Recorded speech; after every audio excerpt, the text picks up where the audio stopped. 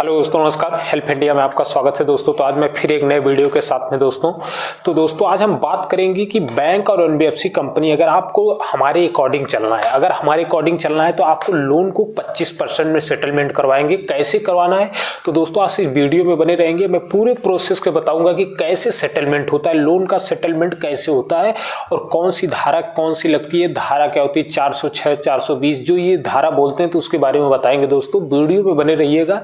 आज मैं वीडियो में पूरा बात करूंगा और अगर वीडियो अच्छा लगे दोस्तों तो लाइक शेयर सब्सक्राइब जरूर कर दिया करिए। तो दोस्तों आज हम बात करेंगे, अगर आप लोन सेटलमेंट करना चाहते हैं भविष्य में, ये जान लीजिए, अगर आप लोन सेटलमेंट करना चाहते हैं भविष्य में आपको कभी लोन नहीं मिलेगा अगर सेटलमेंट करना चाहते हैं, क्योंकि सेटलमेंट करेंगे तो उस पर लिख कर आता है कि सेटलमेंट, और आगे आपका सिविल भी खराब हो जाएगा। भविष्य में आपको कभी लोन नहीं मिलेगा, इस चीज को जान लीजिए। अगर सेटलमेंट करना चाहते हैं तब उसके लिए क्या है, अगर रिकवरी एजेंट अगर आपको बोलते हैं कि 406 420 का धारा लगेगा, तो 420 का धारा की मतलब ठगी का धारा होता है। अगर बैंक से पैसा लिए हैं, कोई चोरी थोड़ी किए हैं। अगर बैंक से अगर आप पैसा लिए हैं तो ऐसा नहीं है कि आप कोई चोरी किए हैं। अगर बैंक से पैसा लिए हैं तो कोई चोरी नहीं किए हैं। तो अगर 406 का मतलब होता है कि आयामत ने खयामत, अपने किसी आदमी को सामान दिया और वो छुपा लिया।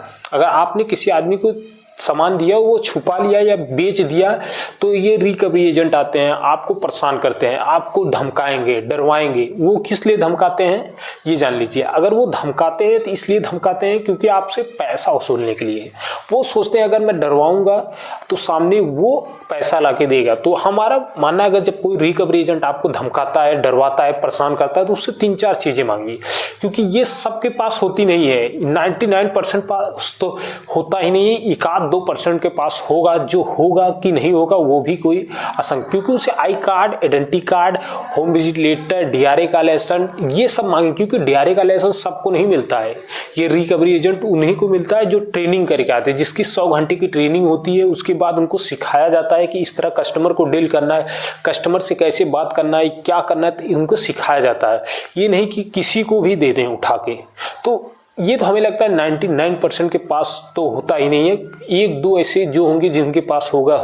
तो दोस्तों हम बात करेंगे रिकवरी के। अगर रिकवरी वाले अगर आपके घर पे आके बोलते हैं कि आपके ऊपर 406 420 का धारा लगेगा, तो 406 420 का धारा का मतलब होता है, आप जान लीजिए, ये ठगी का होता है। अगर आप बैंक से पैसा लिए हैं तो कोई चोरी नहीं की है, क्योंकि बैंक अगर दी थी पैसा तो आपको सिविल चेक की थी, आपके पास प्रूफ लिया होगा, आधार कार्ड, पैन कार्ड, जो भी होगा, सब डॉक्यूमेंट्स देने के बाद आपका लोन अप्रूवल हुआ होगा। ऐसा नहीं है कि तुरंत आप कहीं बैठे थे, फोन कर दिए, लोन अप्रूवल हो गया, ऐसा तो हुआ नहीं होगा।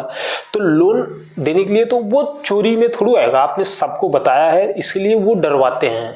आप खुद ही समझ सकते हैं 420 से क्या होता है। और 406 का मतलब होता है आयामत में खयामत।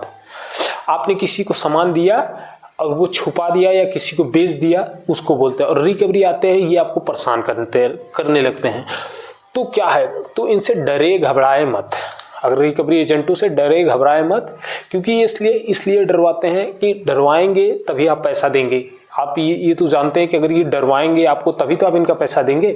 तो इनसे डरे घबराए नहीं। अगर पैसा है तो मैंने हर वीडियो में बोल रखा है, अगर पैसा है तो इनका पैसा वापस कर दीजिए।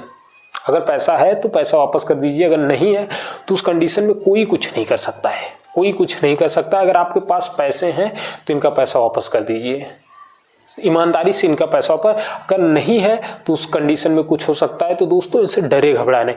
और हाँ, ये रिकवरी एजेंट लीगल पुलिस भी बन के कॉल कर सकते हैं, लीगल पुलिस बन के भी कॉल कर सकते हैं। और जानबूझकर ये एसपी साहब के पास क्या करते हैं, एक नोटिस भेज देते हैं, क्योंकि वो जानते हैं कि ये एसपी साहब तो देखेंगे नहीं, क्योंकि वो तो नहीं देखेंगे, क्योंकि हजारों लाखों का केस होता है, वो कितना देखेंगे, नहीं देखेंगे। उनसे जो नीचे होंगे, असिस्टेंट होंगे, वही देखेंगे। जब वो देखेंगे तो वो अपने थाने पे दे देंगे।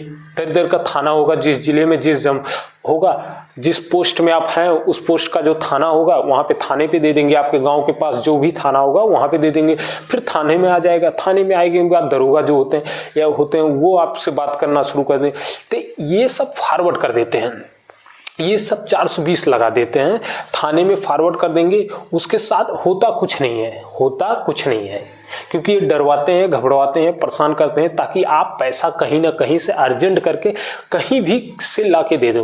तो ये क्या करते हैं, फिर नोटिस भेजना शुरू कर देते हैं। जब आपको ये धमका, डरवा, घबरा, परेशान करने के बाद 420, 406 यहाँ तक तो आपको डरवाने, घबराने के आपको धमकी भी देने लगते हैं कि मैं मारूंगा भी, ऐसा कुछ भी बोलने लगते हैं। तो आप इनसे डरे घबराए नहीं, इनसे परेशान ना हो। उसके बाद क्या होता है कि ये नोटिस भेजना शुरू कर देंगे। नोटिस कौन से आएगी, रिकॉल की, डिमांड की, आर्बिट्रेशन की, पेमेंट एंड सेटलमेंट, ईसीएस का, चेक बाउंस का, ये सब करने लगते हैं।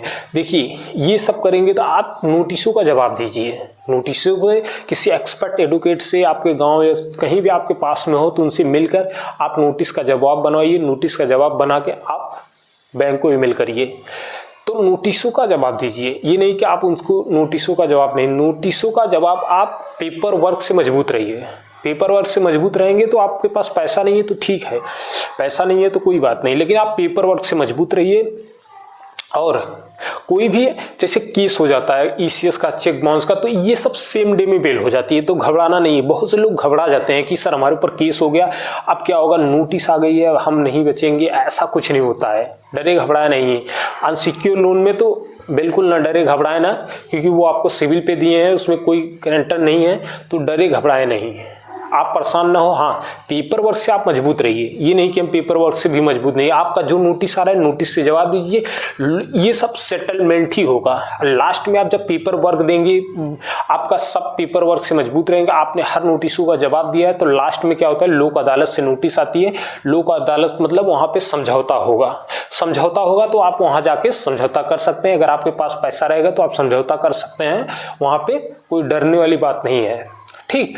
और कोई रिकवरी एजेंट आते हैं जो परेशान करते हैं, नहीं सर हमको बहुत परेशान करना है, ये डरवा रहे हैं, घबरा रहे हैं कि आप बचेंगे नहीं, आपके ऊपर 420, आप जेल जाएंगे, तो इससे डरे नहीं। और दूसरी बात, अगर आपके ऊपर एक loan, 2 loan, 3 loan, 4 loan, 5 loan, 10 loan default हो जाता है, 1 लोन, 2 लोन, 3 लोन, 4 लोन, अगर 10 लोन डिफॉल्ट हो जाता है तो ये भी कोई क्राइम के श्रेणी में नहीं आता है।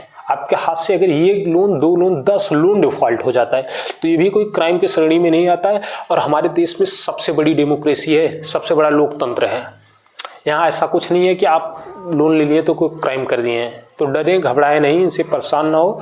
आपके पास पैसा है तो इनका पैसा वापस दे दें, अगर नहीं है तो उस कंडीशन में कुछ हो सकता है। अगर आपके पास पैसे हैं तो ईमानदारी से इनका पैसा वापस कर दीजिए, नहीं है तो उस कंडीशन में कुछ हो सकता है।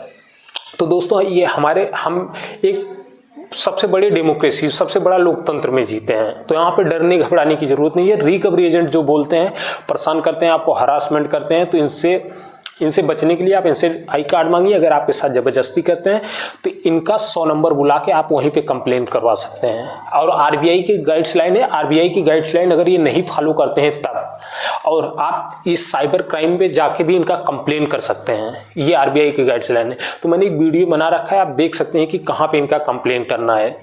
तो दोस्तों आप कंप्लेन कर सकते हैं, डरे घबराए नहीं। अगर वीडियो अच्छा लगे दोस्तों तो लाइक, शेयर, सब्सक्राइब जरूर कर दिया करिए ताकि और से वीडियो बना सकें। दोस्तों क्या होता है नोटिसों का, नोटिस कौन सा आता है, हमने बताया नोटिस 4, 5, 6 नोटिसें आती हैं। रिकॉल, डिमांड, आर्बिट्रेशन, उसका पेमेंट एंड सेटलमेंट, और यही सब आता है। 13/6, 13/2 का नोटिस, 13/4, 13/2 का नोटिस, ये सब नोटिसों का जवाब देना है। नोटिसों का जवाब देंगे, उसके बाद बैंक, अगर आप सबसे हार जाने के बाद ये सेटलमेंट पे आती है। अगर सेटलमेंट, अगर आप पैसा होगा तो आप लोक अदालत में जाके समझौता कर सकते हैं, लेकिन ये है सब प्रोसेस होने के बाद, ऐसा नहीं है। और हाँ, एक बार सेटलमेंट हो जाएगा तो भविष्य में आप बैंक से सिविल भी रहेगा, तो भविष्य में हो सके तो आपको लोन ना मिले, भविष्य में आपको कभी लोन ना मिले, क्योंकि एक बार सेटलमेंट हो जाने के बाद उस पर लिखा रहेगा। तो दोस्तों अगर वीडियो अच्छा लगे तो लाइक, शेयर, सब्सक्राइब जरूर करिए। और मैं अपनी बातों को यहीं पे समाप्त करूंगा। जय हिंद, जय भारत।